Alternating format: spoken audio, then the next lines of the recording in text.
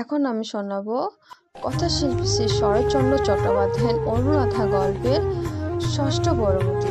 এমনই করিয়া এই 5টা দিন কাটিল। মেয়েদের যত্নের ছবিটা বিজয়ের মনে ছিল চিরদিনই অস্পষ্ট। মাকে সে ছেলেবেলা হইতে অসুস্থ ও অপুট দেখিয়াছে। গৃহিণীপনার কোনো কর্তব্যই তিনি সম্পূর্ণ করিয়া উঠিতে পারেন নাই।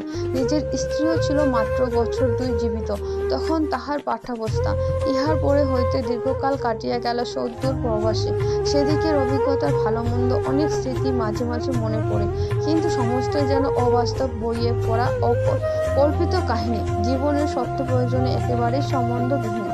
আর আছে তাহার দাদার স্ত্রী প্রভাময়ী, যে পরিবারের বৌদিদিদের বিচার চলে, ভালো মন্দর আলোচনা হয়, সেদিকে পরিবার তাহাতে নয়। মাকে অনেকদিন কাঁদিতে দেখিয়াছি, বাবা বিরক্ত ও বিমর্ষ হইয়াছেন, কিন্তু এই সকল সে নিজেই অসঙ্গত ও অনধিকার চর্চা মনে করিয়াছে।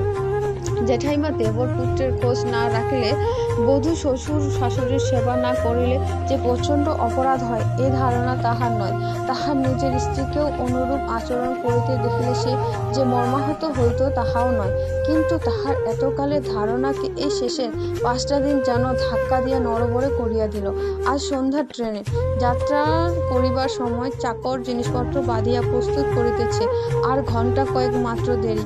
সন্তোষ আসিয়া আড়াল হইতে বলিল, মাসিমা খেতে ডাকছেন এমন সময়ে? হা বলিয়া সে সরিয়া পড়িল। বিজয় ভিতরে আসিয়া দেখিল যথারীতি বারান্দায় আসন পাতিয়া ঠাই করা হইয়াছে। মাসির গলা ধরিয়া কুমার ঝরিতেছিল। তাহার হাত ধরিতে নিজেকে মুক্ত করিয়া অনুরাধা রান্নাঘরে গিয়া প্রবেশ করিল। আসনে বসিয়া বিজয় কহিল, এ কি ব্যাপার? ভিতর হইতে অনুরাধা বলিল, 2টি খিচুড়ি রেঁধে রেখেছি, খেতে বসুন। জবাব দিতে গিয়া আজ বিজয়কে গলাটা একটু পরিষ্কার করিয়া লইতে হইল। কহিল, অসময়ে কেন আবার কষ্ট করতে গেলেন? আর যদি করলেন খান কত, লুচি ভেজে দিলেই তো হতো। অনুরাধা কহিল, লুচি তো আপনি খান না। বাড়ি পৌঁছতে রাত্রি 2-3টে বাজবে। না খেয়ে উপোস করে গেলেই কি কষ্ট আমার কম হবে? কেবলই মনে পড়বে ছেলেটা না খেয়ে গাড়িতে ঘুমিয়ে পড়েছে। বিজয় নীরবে কিছুক্ষণ আহার করিয়া বলিল, বিনোদকে বলে গেল সে যেন আপনাকে দেখে। যে কটা দিন এ বাড়িতে আছেন যেন অসুবিধে কিছু না হয়। সে আবার কিছুক্ষণের নীরবে থাকিয়া বলিল, আর একটা কথা জানিয়ে যাই, যদি দেখা হয় গগনকে বলবেন আমি তাকে মাপ করেছি, কিন্তু এ গায়ে যেন আর না আসে। এলে ক্ষমা করব না, কখনো দেখা হলে তাকে জানাবো। এই বলিয়া অনুরাধা ক্ষণকাল মৌন থাকিয়া কহিল, মুশকিল হয়েছে কুমারকে নিয়ে। আর সে কিছুতেই যেতে চাচ্ছে না, অথচ কেন যে যেতে চাচ্ছে না তাও বলে না। বিজয় কহিল, বলতে চায় না, নিজেই জানে না বলে, অথচ মনে মনে বোঝে যে সেখানে গেলে ওর কষ্ট হবে। কষ্ট হবে কেন? সে বাড়িতে নিয়মই। কিন্তু হলোই বা কষ্ট, এর মধ্যে দিয়েই তো ও বড় হয়ে গেল। তাহলে গিয়ে কাজ নেই, থাক আমার কাছে। বিজয় সহসে কহিল, আমার আপত্তি নেই, কিন্তু বড় জোর এই মাসটা, তার বেশি তো থাকতে পারবে না, তাতে লাভ কি? উভয়ে মৌন হইয়া রহিল। অনুরাধা বলিল, ওর বিমাতা যিনি আসবেন শুনেছি তিনি শিক্ষিতা মেয়ে। হ্যাঁ, তিনি বিএ পাশ করেছেন, কিন্তু বিএ পাশ তো ওর জেঠাইমাও করেছেন। নিশ্চয় করেছেন, কিন্তু বিএ পাশের কেতাবের মধ্যে দেওয়ার পক্ষে যত্ন করার কথা লেখা নেই। সে পরীক্ষাতে তাকে দিতে হয়নি। কিন্তু রুগ্ন শ্বশুর শাশুড়ি, সে কথা কি কেতাবে লেখে না? না, এ প্রস্তাব আরো হাস্যকর। হাস্যকর নয়, এমন কিছু আছে। বিন্দুমাত্র অনুযোগ না করাই হচ্ছে আমাদের সমাজে সুভদ্র বিধি। অনুরাধা ক্ষণকাল মৌন থাকিয়া বলিল, এই বিধি আপনাদেরই থাক, কিন্তু যে বিধি সকলের সামনে এসে হচ্ছে, এই যে ছেলের চেয়ে বিএ পাশ বড় নয় এমন মেয়েকে ঘরে আনা অনুচিত।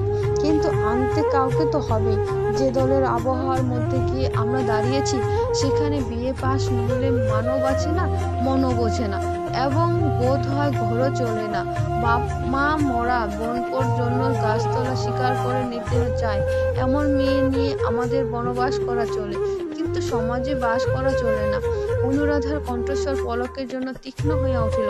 না, সে হবে না। একজন নির্দয় বিমাতার হাতে তুলে দিতে ওকে আপনি পারবেন না। বিজয় কহিল, সে ভয় নেই, কারণ তুলে দিলেও হাত থেকে আপনি গড়িয়ে কুমার নিচে এসে পড়বে। কিন্তু তাই বলে তিনি নির্দয় নয় এবং আমার ভাবি পত্নী সপক্ষে আপনার কথার আমি তীব্র প্রতিবাদ করি। মার্জিত রুচিসম্মত উদাস অবহেলা তাদের নেতিয়ে ভরা আত্মীয়তার বর্বরতার লেশ নেই, ও দোষটা দেবেন না। অনুরাধা হাসিয়া বলিল, প্রতিবাদ যত খুশি করুন, কিন্তু জিজ্ঞাসা করি নেতিয়ে পড়া আত্মীয়তার মানেটা হলো কি? বিজয় বলিল, ও আমাদের বড় সার্কেলের পারিবারিক বন্ধন। ওর কোড আলাদা, চেহারা স্বতন্ত্র, ওর শেকড় টানে না রস, পাতার রং সবুজ না হতেই ধরে হলুদের বর্ণ। আপনি পাড়া গায়ে গৃহস্থের মেয়ে, স্কুলে কলেজে পড়ে পাশ করেননি, পার্টিতে পিকনিকে মেশেননি। ওর নিগুড় অর্থ আপনাকে আমি বোঝাতে পারবো না। কেবল এইটুকু আশ্বাস দিতে পারি, কুমারের বিমাতা এসে তাকে বিষ খাওয়াবার আয়োজনও করবেন না, চাবুক হাতে তাড়া করেও বেড়াবেন না, কারণ সে মার্জিত রুচি বিরুদ্ধ আচরণ, সুতরাং সেদিকে নির্ভয় হতে পারেন। অনুরাধা বলিল, আমি তার কথা ছেড়ে দিলাম, কিন্তু আপনি নিজে দেখবেন, কথা দিন, এই আমার মিনতি। বিজয় কহিল, কথা দিতে ইচ্ছে করে, কিন্তু আমার স্বভাবও আলাদা, অভ্যাসও আলাদা। আপনার আগ্রহ স্মরণ করে মাঝে মাঝে দেখবার চেষ্টা করব, কিন্তু যতটা আপনি চান তা পেরে উঠবো মনে হয় না। কিন্তু আমার খাওয়া শেষ হলো, এখন যাই, যাবার উদ্যোগ করি কি বলিয়া সে উঠিয়া পড়িল। কহিল, রইল কুমার আপনার কাছে, ওকে ছাড়বার দিন এলে দেবেন, বিনোদকে দিয়ে কলকাতায় পাঠিয়ে। প্রয়োজন হয় অসংকোচে সন্তোষকেও সঙ্গে দেবেন। প্রথমে এসে যে ব্যবহার করেছি ঠিক সেই আমার প্রকৃতি নয়, এ ভরসা আর একবার দিয়ে চললুম। আমার বাড়িতে কুমারের চেয়ে বেশি অনাদর সন্তোষের ঘটবে না। বাড়ির সম্মুখে ঘোড়ার গাড়ি দাঁড়াইয়া জিনিসপত্র বোঝাই দেওয়া হইয়াছে। বিজয় উঠিতে যাইতেছে, কুমার বলিল, বাবা, মাসিমা ডাকছেন একবার। সদর দরজার পাশে দাঁড়াইয়া অনুরাধা কহিল, প্রণাম করব বলে ডেকে পাঠালুম, আবার কবে যে করতে পাবো জানিনি। এই বলিয়া গলায় আঁচল দিয়া দূর হইতে প্রণাম করিল। উঠিয়া দাঁড়াইয়া কুমারকে কোলের কাছে টানিয়া লইয়া বলিল, ঠাকুরমাকে ভাবতে বারণ করবেন, যে কটা দিন ছেলেটা আমার কাছে রইল অযত্ন হবে না। বিজয় হাসিয়া বলিল, বিশ্বাস করা কঠিন। কঠিন কার কাছে? আপনার কাছেও নাকি? বলিয়া সে হাসিতে গিয়া দুজনেরই চোখাচোখি হইল। বিজয় স্পষ্ট দেখিতে পাইল তাহার চোখের পাতা দুটি জলে ভেজা। মুখ নামাইয়া বলিল, কুমারকে নিয়ে গিয়ে কিন্তু কষ্ট দেবেন না যেন। আর বলতে পাবো না বলেই বারবার বলে রাখছি। আপনাদের বাড়ির কথা মনে হলে ওকে পাঠাতে পারেন, আমার ইচ্ছে হয় না। নাই বা পাঠালেন? প্রত্যুত্তরে সে শুধু একটা নিঃশ্বাস চাপিয়ে চুপ করিয়া রহিল। বিজয় বলিল, যাবার পূর্বে আপনার প্রতিশ্রুতির কথাটা আর একবার স্মরণ করিয়া দিয়ে যাই। কথা দিয়েছেন, কখনো কিছু প্রয়োজন হলে চিঠি লিখে আমাকে জানাবেন। আমার মনে আছে, জানি, গাঙ্গুলি মশাইয়ের কাছে ভিক্ষুকের মতোই আমাকে চাইতে হবে, মনের সমস্ত ধিক্কার বিসর্জন দিয়ে চাইতে হবে, কিন্তু আপনার কাছে তা নয়।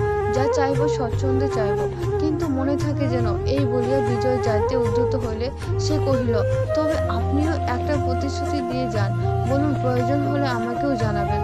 জানাবার মতো আমার কি প্রয়োজন হবে অনুরাধা, তা কি করে জানাবো? আমার তো আর কিছু নেই, কিন্তু প্রয়োজন হলে প্রাণ দিয়ে সেবা করতেও তো পারবো। আপনাকে ওরা করতে দেবে কেন? আমাকে কেউ বাধা দিতে পারবে না। ধন্যবাদ এতক্ষণ ধরে শোনার জন্য। ভালো লাগলে প্লিজ চ্যানেলটাকে লাইক সাবস্ক্রাইব করবেন।